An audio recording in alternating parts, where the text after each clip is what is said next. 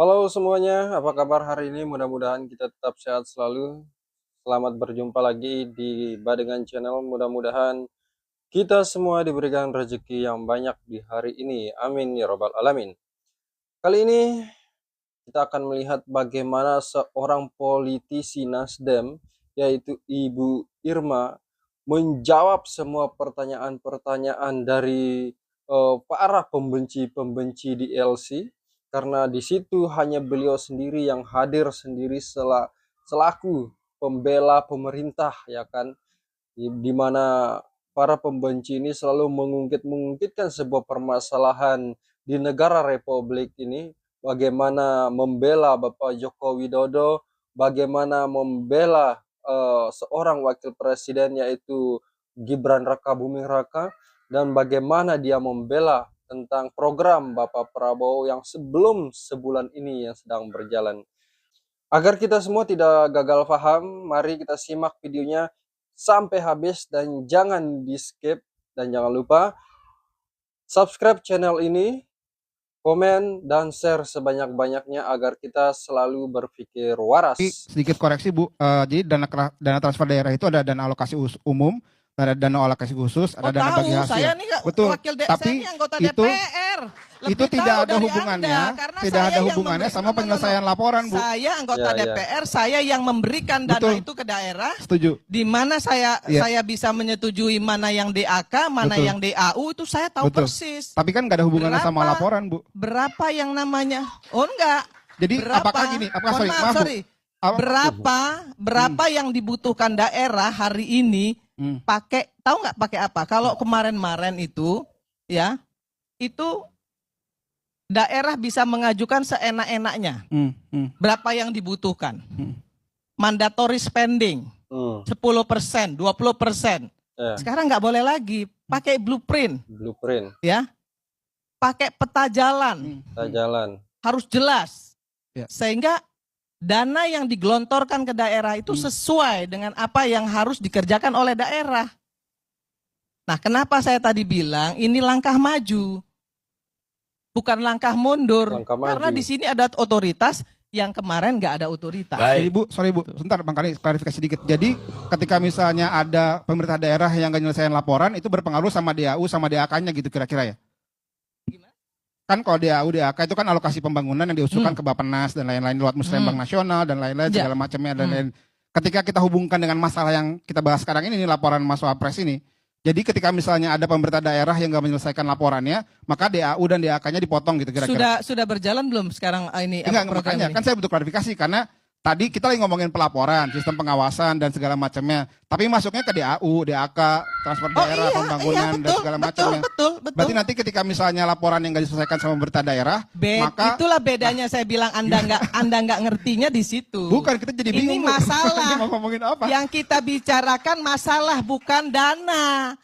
Kalau dana pembangunan tidak dilakukan, potong dong. Itu betul. Betul. Kalau itu saya sepakat, tapi ini kita ngomongin laporan bukan ngomongin pembangunan. Tadi kan Anda ngomong soal transfer daerah.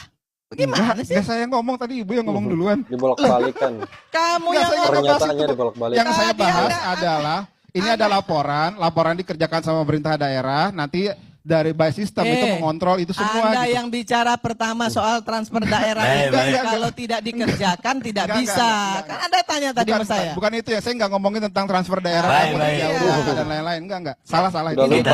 Apalagi yang namanya Rocky Gerung itu sudah dungu, tolol, bangsat, goblok, itu semua Bapak omongin, mereka omongin. Kan itu teman Bapak juga. Ya teman saya, jangan saya dong. Iya sama aja.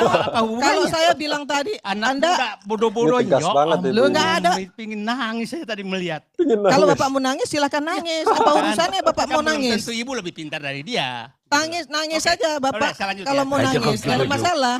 Saya lanjut. Kita jangan bertengkar. Iya, tapi nggak boleh juga Bapak bilang seperti itu. Bukan, makanya saya. Ya itu hak saya. Mudah-mudahan saya nggak bodoh, gitu ya. Iya, oke. Ya mudah-mudahan Bapak nggak bodoh. Saya lanjut ya. Transfer ke daerah nggak jalan, karena duitnya kagak ada. Satu, kan tadi saya udah bilang. Yang kedua, otoritasnya nggak ada. Pemimpin-pemimpin daerah itu sama dengan raja-raja kecil, ya. Untuk bisa mereka terpilih kembali, mereka mengerjakan program-program mereka, bukan program pusat. Kalau ditanya, kenapa mereka nggak lakukan itu? Mereka bilang, itu bukan program kami. Itu jawabannya. Maka kemudian saya bilang, kalau Anda tadi sampaikan bahwa kasih ke daerah-daerah, ya, kemudian kita kontrol dari atas, kan udah pernah Anda lakukan. Oh, maaf Bu, Sudah tapi pernah dilakukan oleh SBY. itu konteksnya beda Bu. Sebentar, belum selesai. Itu sudah dilakukan sama SBY juga. Sekarang zaman digital sudah lebih canggih, ya kan? Tapi Pak Gibran ini minta mereka datang, supaya dia bisa lihat dengan mata kepala sendiri mana sih yang betul-betul masalah yang harus diselesaikan. Ya. Kan begitu. Makanya saya bilang tadi, jangan bilang mundur ke belakang, ya. Betul. Ini langkah besar, karena kenapa saya bilang langkah besar? Wakil Presiden yang melakukan. Kalau TGUPP yang melakukan, kalau di SBY itu memang ada helpdesk-nya yang melakukan, pasti beda. Karena mereka nggak punya otoritas. Nah, ini ada orang yang punya otoritas, itu loh maksud saya. Ya, tapi sedikit koreksi Bu, jadi dana transfer daerah itu ada dana alokasi umum, ada dana alokasi khusus, ada dana bagi hasil. Saya nih betul. Tapi saya anggota DPR. Itu tidak ada hubungannya, sama penyelesaian laporan Bu. Saya anggota DPR, saya yang selesaikan yang prioritas-prioritas dulu. After itu yang jangka pendek, kemudian yang kedua, ketiga jangka panjang, baru yang kemudian program-program mercusuar seperti IKN, itu kan nggak bisa 45 tahun. Betul. Itu sampai 20 tahun. Kazakhstan aja mindahin Almaty ke Astana aja 25 tahun dengan APBN loh. Apalagi kita yang ribuan pulau, ribuan suku, ribuan manusia yang otaknya semuanya nggak sama. Pasti ada pro dan kontra, nggak ada masalah. Tapi tolong kasih kesempatan mereka untuk kerja dulu. Ya, jangan kemudian dibilang mundur ke belakang. Kayak lagu Syahrini aja, maju mundur. Ya, biarin mereka maju dulu. Kasih kesempatan, kita lihat nanti. Kalau memang nggak bagus, kita kritisi. Nggak usah dimaki-maki. Cukup kita kritisi aja. Ya benerin tuh omongan lu nggak bener. Ya, lu kemarin ngomong begini nih, tolong benerin, buktiin. Kenapa? Kalau lu nggak buktiin, 2029 nggak kita pilih lagi. Selesai urusan. Itu yang harus kita lakukan untuk bangsa ini agar kita tidak terpecah belah.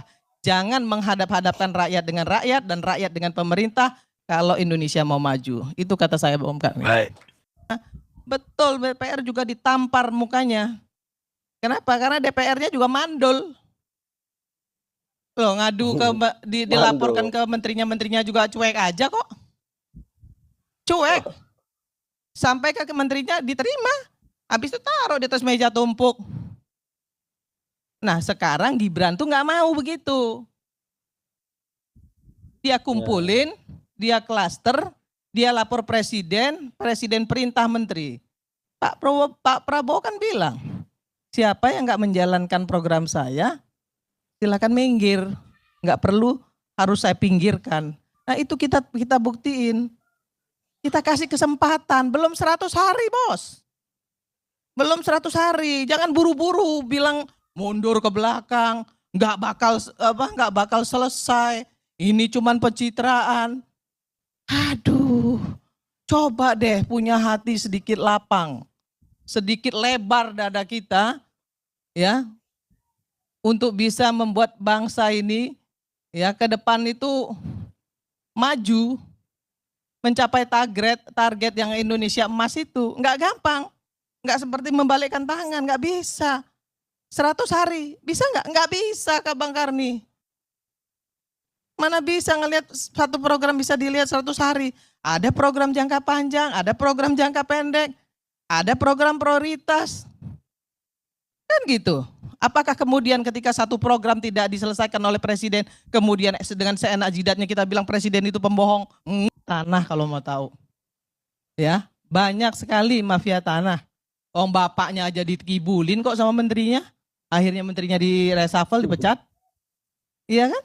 Itu fakta. Jangankan soal tanah. kita nih mau ngadu soal bagaimana seseorang yang miskin yang harusnya dapat kartu BPJS tapi nggak dapat kartu BPJS gratis PBI, ya, Pemda nggak ngurus. Pemda bilang itu urusan pusat. Padahal ada mekanismenya. Apa mekanismenya? Gampang. Masyarakat berdiskusi, bermusyawarah, kemudian tentukan siapa yang memang mendapatkan kartu PBI dan siapa yang mandiri, laporkan kemudian kepada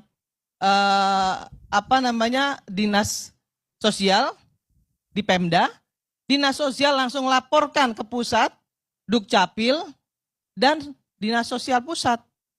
Kemudian data itu harus dirubah. Tapi tahu nggak yang terjadi apa? Data Dukcapil kita 11 tahun nggak dirubah-rubah, nggak diupdate-update. Orang sudah mati pun masih dapat kartu BPJS. Paham nggak Anda? Iya. Orang udah mati. Punya kartu Bang Karni, masih hidup kartunya. Gimana ceritanya? Nah, paham nggak? Nah, makanya saya bilang tadi, ini terobosan yang luar biasa kalau dijalankan sesuai dengan tupoksinya. Jadi teman-teman, apa yang telah dilakukan dalam program wakil presiden kita sekarang ini, yaitu Bapak Gibran Rakabuming Raka, itu merupakan sebuah gebrakan yang sangat luar biasa karena banyak sekali permasalahan yang kita temui belum mampu diselesaikan, baik di tingkat kementerian di pusat sana maupun di tingkat yang bawah-bawah ini.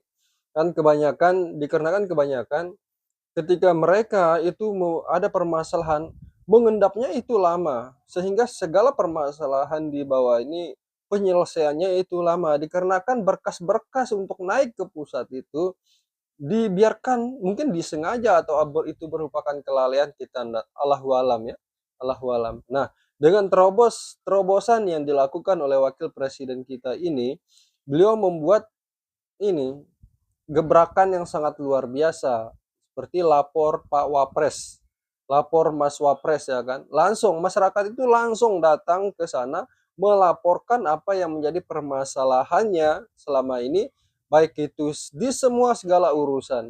Biar sudah beberapa banyak juga kan permasalahan dan kasus yang dilaporkan di baru beberapa hari ini, dilapor Mas Wapres ini, dan sudah di beberapa kasus yang dilaporkan itu sudah dieksekusi sama beliau bersama tim-timnya. Ini kan gebrakan yang sangat luar biasa. Dan tadi juga disinggung tentang Ibu Irma ini menjelaskan dengan sangat detail ke para pembenci-pembenci ini. Menurut saya sih yang lain-lainnya ini pembenci-pembenci menurut saya, ya kan.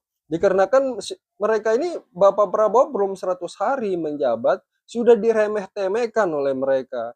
Katanya beginilah, ini nggak becus, ini mundur ke belakang, seperti lagunya Syahrini dikatakan oleh Ibu Irma tadi kan.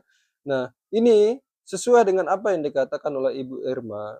Mari kita buka hati kita, biarkan mereka bekerja selama 5 tahun ini loh. Kita lihat hasilnya, kalau memang jelek di 2029 pemilihan selanjutnya, nggak usah dipilih, selesai. Jangan kita hanya berkoar-koar di bawah ini seperti Bapak Syahid Didu dan kawan-kawannya ini. Ya, ini selalu berkoar-koar menciderai media sosial kan, kayak begitu, menciderai media sosial dengan kata-katanya, dengan pernyataan-pernyataannya yang bisa menghancurkan bangsa kayak begitu.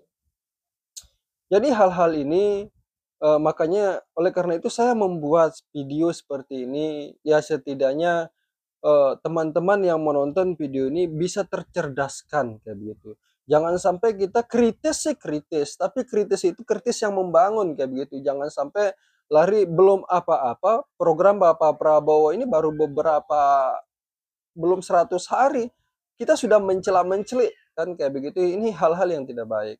Biarkan ini berjalan. Kan finishnya ada kayak gitu. Ketika ada startnya tentu ada finishnya. Beliau ini baru setar loh, baru setar, belum ditiup fluidnya.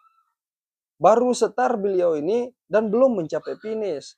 Karena sebuah hasil itu baru terlihat ketika mereka itu sudah finish. Apakah finish dengan cara bagus, bagaimana kecepatannya di dalam finishnya. Jadi seperti itu, menurut saya sih seperti itu. Mudah-mudahan kita semua melalui video ini, apa yang telah ditegaskan oleh Ibu Irma selaku politisi Nasdem tadi, kita itu bisa tercerdaskan. Jangan sampai tergoda dengan di media sosial seperti teman-temannya pembenci ini, Syahid Didu dan kawan-kawan. Jangan sampai kita terprovokasi, karena sesungguhnya pemerintah ini selalu ingin melakukan yang terbaik untuk rakyatnya dan tidak pernah tuh melakukan hal-hal yang jelek untuk rakyatnya. Mereka ini berusaha. Bayangkan, negara Indonesia ini punya banyak sekali kepulauan dan ini bukan hal yang gampang untuk mengatur semua ini. Beda negara Indonesia ini dengan negara yang lain. Jadi terima kasih sudah menonton video ini. Jangan lupa like, subscribe, dan sebar seluasnya kepada teman-teman kita. Mudah-mudahan teman-teman kita di seluruh Indonesia ini tercerdaskan pemikirannya. Wassalamualaikum warahmatullahi wabarakatuh.